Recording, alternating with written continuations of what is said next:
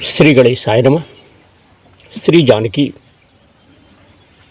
बल्लभो विजयते।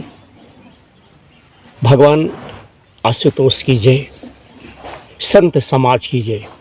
आज हम अपने मित्रों को श्री मद वाल्मीकि रामायण के माध्यम से कपट मृग को देख करके लक्ष्मण का संदेह, सीता का उस मृग को जीवित या मृत अवस्था में पकड़ ले आने के लिए भगवान श्री रामचंद्र जी को प्रेरित करना, उनसे कहना तथा श्री राम लक्ष्मण को समझा करके, भगवान श्री रामचंद्र जी लक्ष्मण जी को समझा करके सीता की रक्षा का भार सौंप करके, जिम्मेदारी सौंप करके उस मृग को, उस माया मृग को, उस कपट मृग को मारने के लिए भगवान श्री रामचंद्र जी का जाना। जय जय श्री गणेशाय नमः। जय हनुमंत लाल की, संत समाज की जय, हमारे समस्त भाइयों की जय, धर्म की जय हो, अधर्म का नाश हो। हर हर महादेव। वह मृग सोने और चांदी के समान क्रांति वाले, जिस प्रकार से चांदी चमकती है उसी प्रकार से वह माया मृग, कपट मृग जो है चमक रहा था। शुद्ध सुवर्ण के समान कांति तथा निर्दोष अंगों वाली सुंदरी देवी सीता फूल चुनते हुए, फूल तोड़ते हुए उस मृग को देखकर मन ही मन देवी सीता उस मृग के प्रति प्रसन्न हो गई, खुश हो गई। उस मृग को देख करके देवी सीता जो है उस मृग के ऊपर जनक दुलारी प्रसन्न हुई और अपने पति तथा देवर लक्ष्मण से हाथ हिला करके, बुला करके आने के लिए संकेत किया, पुकारा। वह बार बार उन्हें पुकारती और फिर उस मृग को अच्छी तरह देखने लगती। वह बोली, हे आर्यपुत्र, अपने भाई के साथ आप शीघ्र ही जल्दी आइए। विदेह कुमारी सीता के द्वारा पुकारे जाने पर, बुलाए जाने पर नरश्रेष्ठ श्री राम और लक्ष्मण वहां आए और उस स्थान पर सब ओर अपनी दृष्टि नजर घुमाई। चारों तरफ भैया लक्ष्मण और श्री राम जो है देखने लगे। और उस समय जब अपनी नजर घुमाए तो उस मृग को देखा। उसे देखकर लक्ष्मण के मन में संदेह हो गया, भ्रम हो गया, शंका पैदा हो गई। और वह बोले, हे भैया, मैं तो समझता हूं कि इस मृग के रूप में वह मारीच नामक राक्षस आया हुआ है। लक्ष्मण जी की शंका अन्यथा नहीं थी। हे श्री राम, स्वेच्छानुसार, अपनी इच्छा के अनुसार रूप धारण करने वाले इस पापी ने कपट भेष बना करके वन में शिकार खेलने के लिए आए हुए कितने ही हर्षोल्लित नरेशों का वध कर दिया। इस मारीच ने ना जाने कितने राजाओं का इस मारीच ने वध कर दिया है। हे पुरुष सिंह, यह अनेक प्रकार की मायाएं जानता है, अनेक प्रकार की छल विद्याएं जानता है। किसी भी रूप में यह दिखाई पड़ सकता है, कोई भी रूप जो है धर सकता है। इसकी जो माया सुनी गई है वह इस समय प्रकाशमान मृग रूप में परिणित हो गई है। इसकी जिस प्रकार से माया है वह वैसे दिखाई दे रही। यह गंधर्व नगर के समान देखने भर के लिए ही है, इसमें वास्तविकता नहीं है। यह छलकारी मृग है और यह जो है तरह तरह की विद्याएं जानता है। हे रघुनंदन, हे पृथ्वीनाथ, इस भूतल पर कहीं भी ऐसा विचित्र रत्नमय मृग मैंने नहीं देखा है। अतः निसंदेह ही यह मायावी मृग है।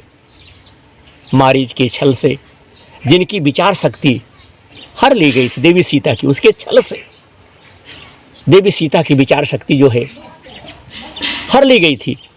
उन पवित्र मुस्कान वाली सीता ने उपयुक्त बातें कहते हुए लक्ष्मण को रोक करके स्वयं ही बड़े हर्ष के साथ देवी सीता ने कहा कि हे आर्यपुत्र, यह मृग बड़ा ही सुंदर है, इसने मेरे मन को हर लिया है, हमारे मन को मोहित कर लिया है। हे महाबाहों, इसे ले आइए, इसे जो है पकड़ लाइए, यह हम लोगों के मन बहलावे के काम आएगा, हम लोगों के मन बहलाने के लिए यह रहेगा। हे राजन, हे महाबाहों, यद्यपि हमारे इस आश्रम पर बहुत से पवित्र एवं दर्शनीय मृग एक साथ आकर चरते हैं तथा श्रीमर, काली पूछ वाले चंवरी गाय, चमर, सफ़ेद पूछ वाली चंवरी गाय, रेक्ष, चितकबरे मृगों के झुंड, वानर तथा सुंदर रूप वाले महाबली किन्नर भी विचरते रहते हैं, फिर भी आज के पहले मैंने दूसरा कोई ऐसा तेजस्वी, सौम्य और सुंदर मृग भैया मैंने नहीं देखा है जैसा कि यह श्रेष्ठ मृग मुझे दिखाई दे रहा है। नारायण साथियों, नाना प्रकार के रंगों से युक्त होने के कारण इसके अंग विचित्र जान पड़ते। लक्ष्मण फिर कह रहे हैं, ऐसा प्रतीत होता है यह मृग जो है मायावी मृग है, मानो यह अंगों का ही बना हुआ है। मेरे आगे निर्भय एवं शांत भाव से स्थित होकर इस वन को प्रकाशित करता हुआ यह चंद्रमा के समान शोभा पा रहा है। बड़ा सुंदर मारीच ने मायावी मृग रूप का धारण किया है। बड़ा ही सुंदर मृग जो है मारीच बना हुआ है। नारायण साथियों, उसका रूप अद्भुत है, बड़ा ही सुंदर है मृग, इसकी शोभा अवर्णनीय है। इतनी सुंदर उसकी सुंदरता है कि उसका बखान नहीं किया जा सकता। विभिन्न अंगों से सुशोभित यह अद्भुत मृग मेरे मन को मोह लेता है। हमारे मन को देवी कह रहे हैं कि यह मृग जो है मोह ले रहा है। नारायण, यदि यह मृग जीते जी ही आपकी पकड़ में आ जाए, आप इसे पकड़ लें, तो एक आश्चर्य की वस्तु होगी और सबके हृदय में विस्मय उत्पन्न करेगा। जब हमारे वनवास की अवधि पूरी हो जाएगी और हम पुनः अपना राज्य पा लेंगे, उस समय यह मृग हमारे अंतःपुर की शोभा बढ़ाएगा। देवी सीता कह रही तब हमारे अयोध्या की जो है शोभा बढ़ाएगा। हे प्रभु, इस मृग का यह दिव्य रूप भारत के, आपके, मेरी सासुओं के और मेरे लिए भी विस्मयजनक होगा। हे पुरुष सिंह, यदि कदाचित यह श्रेष्ठ मृग जीते जी पकड़ा ना जा सके तो इसका चमड़ा ही बहुत सुंदर होगा। देवी सीता इस प्रकार से मित्रों कह रहे कि इसका चमड़ा जो है वह ही बड़ा सुंदर होगा। घास फूस की बनी हुई चटाई पर इस मरे हुए मृग का सुवर्णमय चमड़ा बिछाकर मैं इस पर आपके साथ बैठना चाहती हूँ। देवी सीता की इच्छा जो है बड़ी प्रबल हो गई। यद्यपि स्वेच्छा से प्रेरित होकर अपने पति को ऐसे काम में लगाना यह भयंकर स्वेच्छाचारी है और साध्वी स्त्रियों के लिए उचित नहीं माना गया है, फिर भी इस जंतु के शरीर ने मेरे हृदय में विस्मय उत्पन्न कर दिया है। नारायण, इसलिए मैं इसको पकड़ लाने के लिए आपसे अनुरोध करती हूँ, आपसे कि इस मृग को आप पकड़ लाइए। सुनहरी रोमावली, इंद्रनील मणि के समान सिंह, उदयकाल की सूर्य की सी क्रांति तथा नक्षत्रों की भांति विदुक्त तेज से सुशोभित यह मृग को देखकर श्री रामचंद्र जी का मन भी विस्मित हो गया। सीता की पूर्वोक्त बातों को सुनकर, उस मृग के अद्भुत रूप को देखकर, उसके उस रूप पर लुभाकर और सीता से प्रेरित होकर हर्ष से भरे हुए श्री राम ने अपने भाई लक्ष्मण से भगवान श्री राम ने कहा, हे लक्ष्मण, देखो तो सही, विदेह नंदिनी सीता के मन में इस मृग को पाने के लिए कितनी प्रबल इच्छा है। इनके अंदर इतनी प्रबल इच्छा जाग उठी है। वास्तव में इसका रूप है भी बहुत सुंदर। अपने रूप की श्रेष्ठता के कारण ही यह मृग आज जीवित नहीं बचेगा, पकड़ में तो आएगा नहीं, इससे इसका वध होगा। आज यह मृग जो है जीवित नहीं बचेगा। नारायण भैया नारायण। टेढ़ी और सीधी रुचिर रोमावलियां इस मृग के शरीर का आश्रय ले सुनहरे बिंदुओं से विचित्र हो बड़ी शोभा पा रही। भगवान श्री राम कह रहे हैं, देखो ना, जब यह जम्हाई लेता है तब इसके मुख से प्रज्वलित अग्निशिखा के समान दमकती हुई जीहा बाहर निकल आती है और मेघ से प्रकट हुई बिजली के समान इसकी जीभा जो है चमकने लगती है। इसका मुख संपुट इंद्रनील मणि के बने हुए चषक पान पात्र के समान जान पड़ता है। उधर शंख और मोती के समान सफ़ेद हैं। यह अवर्णनीय मृग किसके मन को नहीं लुभा सकता, किसके मन को जो है यह मृग नहीं मोहित कर सकता। नारायण। मित्रों,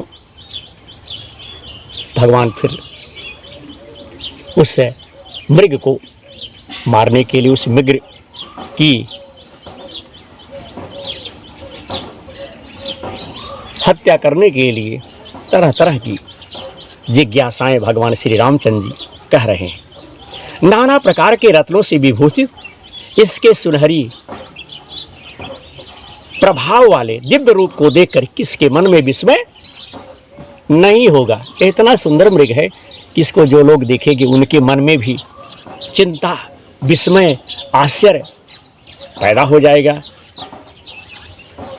हे लक्ष्मण, राजा लोग बड़े बड़े वनों में मृगया खेलते समय मांस, मृग चर्म के लिए और शिकार खेलने का शौक पूरा करने के लिए भी धनुष हाथ में लेकर मृग को मारते हैं। मृगया के उद्योग से ही राजा लोग विशाल वन में धन का भी संग्रह करते हैं, क्योंकि वहाँ मणि, रत्न और सुवर्ण आदि से युक्त नाना प्रकार की धातुएं उपलब्ध होती हैं। हरिओम नारायण। जय जय श्री सीताराम। हे लक्ष्मण, भगवान श्री राम करें, हे लक्ष्मण, कोष की वृद्धि करने वाला वह वन्य धन मनुष्यों के लिए अत्यंत उत्कृष्ट होता है। ठीक उसी तरह जैसे ब्रह्म भाव को प्राप्त हुई पुरुष के लिए मन के चिंतन मात्र से प्राप्त हुई सारी वस्तुएं अत्यंत उत्तम बताई गई। नारायण। हे लक्ष्मण, भगवान श्री राम कह रहे हैं, हे लक्ष्मण, अर्थी मनुष्य जिस अर्थ प्रयोजन का संपादन करने के लिए उसके प्रति आकृष्ट हो बिना विचारे ही चल देते हैं, उस अत्यंत आवश्यक प्रयोजन को ही अर्थ साधन में चतुर एवं अर्थशास्त्र के ज्ञाता विद्वान अर्थ कहते हैं। इस रत्न स्वरूप श्रेष्ठ मृग के बहुमूल्य सुनहरे चमड़े पर सुंदरी विदेह राजनंदिनी सीता मेरे साथ इसके मृग चर्म पर बैठेंगी। नारायण। कदली कोमल ऊंचे चितकबरे और नीला रोम वाले मृग विशेष प्रिय कोमल ऊंचे प्रकार के बकरे और अभी भेड़ की त्वचा भी स्पर्श करने में इस कांचन मृग के छाले के समान कोमल एवं सुखद नहीं हो सकती, ऐसा मेरा जो है विश्वास है। यह सुंदर मृग और वह जो दिव्य आकाशचारी मृग, मृग शिरा नक्षत्र है, ये दोनों ही दिव्य मृग हैं। इनमें से एक तारा मृग और दूसरा मही मृग। मृगशिरा नक्षत्र होता है मित्रों, एक तो कंचन मृग है ही है, 2 मृग, तो इसमें दूसरा मही मृग है। हे लक्ष्मण, तुम मुझसे जैसा कह रहे हो, यदि वैसा ही यह मृग है, तुम मुझसे कह रहे हो कि यह मायावी मृग है, तो अगर वैसा ही मृग है, यदि यह राक्षसी की माया ही है, तो मुझे इसका वध करना भी चाहिए, इसकी हत्या भी कर देनी चाहिए, क्योंकि अपवित्र दुष्ट चित्त वाले इस क्रूरकर्मा मारीच ने वन में विचरते समय पहले अनेकानेक श्रेष्ठ मुनियों की हत्या की है। इस मारीच ने इस वन में विचरने वाले, इस वन में रहने वाले अनेकानेक मुनियों की हत्या कर दी है, इसलिए इसका वध करना उचित है। यह अत्याचारी है और इसका वध करना उचित भी है। भगवान श्री रामचंद्र जी अपने अनुज जनक नंदनी सीता मैया से इस तरह से कह रहे हैं। भगवान कह रहे हैं कि इसने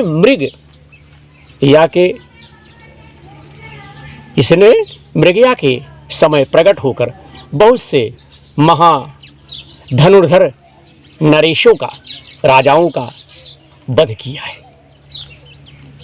अतः इस मृग के रूप में इसका भी वध अवश्य करने योग्य है, इसका वध करने योग्य है।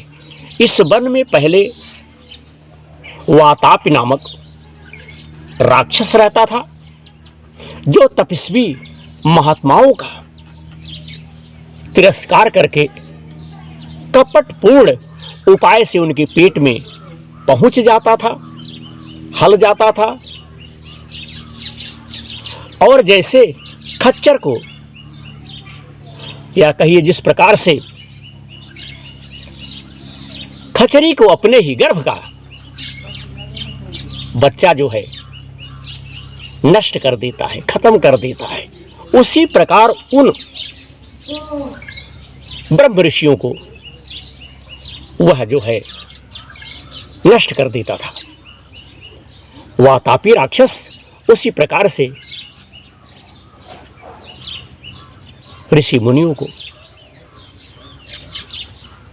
उनके पेट में पहुंच करके वह नष्ट कर देता था। वह वातापी एक दिन दीर्घकाल के पश्चात लोभवश तेजस्वी महामुनि अगस्त जी के पास जा पहुंचा। अगस्त जी के पास वह लोभवश, विनाश काले विपरीत बुद्धि, जब विनाश का समय आता है तो मनुष्य उसी के हिसाब से भैया अपनी मृत्यु, अपना विनाश स्वयं खोज लेता है। तो वह वाताप एक दिन दीर्घकाल के पश्चात लोभवश तेजस्वी महामुनि अगस्त जी के पास जा पहुंचा और श्राद्ध काल में उनका आहार बन गया, उनके पेट में पहुंच गया। श्राद्ध के अंत में जब वह अपना राक्षस रूप प्रकट करने की इच्छा करने लगा कि हम अपना प्रभाव दिखाएं, इच्छा करने लगा, उनका पेट फाड़कर निकल आने को तैयार हुआ। तब उस वातापी को लक्ष्य करके महान भगवान अगस्त मुस्कुराए और उससे इस प्रकार से बोले। अगस्त जी उसके पेट पे जा करके इस प्रकार से बोले कि हे वातापे, तुमने बिना सोचे विचारे इस जीव जगत में बहुत से श्रेष्ठ ब्राह्मणों को अपने तेज से तिरस्कृत किया है, उसी पाप से अब तुम बच गए।